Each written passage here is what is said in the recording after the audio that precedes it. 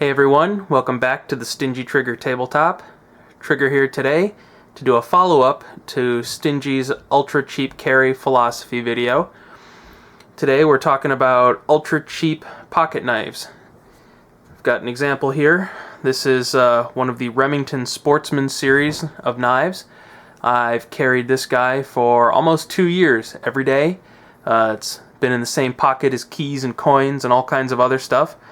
And it is a blade that I have just absolutely thrashed on, and it has not only met but exceeded every expectation I had of it.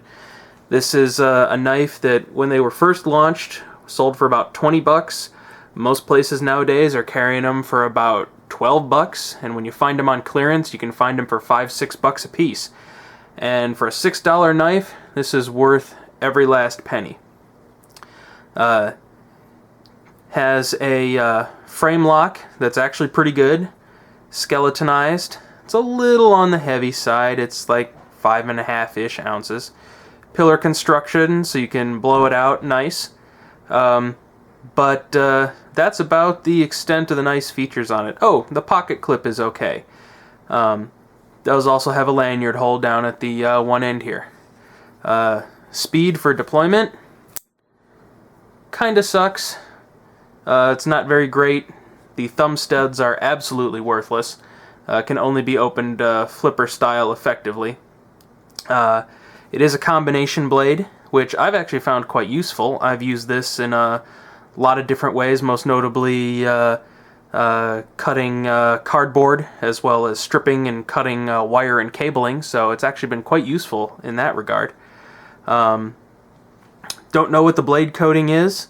Don't know what the steel is. It was made in China. It's about as cheaply made as a knife as you can come across, but I mean, I don't want to say quality cheap, I'm talking cost cheap. The quality is actually pretty far up there. If you can see here, and I'll go ahead and zoom this in, the rubberized coating here on the handle in this mossy oak camo has actually held up surprisingly well, given that this is rubbed up against, other pocket knives that I've kept in my pocket, and, keys and batteries and everything else.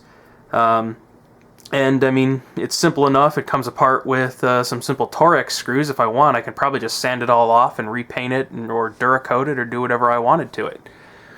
The clip's not reversible, so you're kind of stuck with the tip-down configuration, and it doesn't seat as deep in the pocket as a lot of people like. But, again, it's a $6 knife. And the great thing about this knife is that as a $6 blade, I don't exactly care what happens to it. I've used this knife to cut meat, cut salami for lunches, open packages. I've used it to chip paint, to, as I said, cut cables and wire. I've used it to pull staples and nails. I've used it to wear away and cut off chunks of urethane and epoxy resins and all kinds of other stuff. And I'm not screwing up an actual really nice blade that I carry with me on a day-to-day basis. In fact, I can go ahead and show you that one.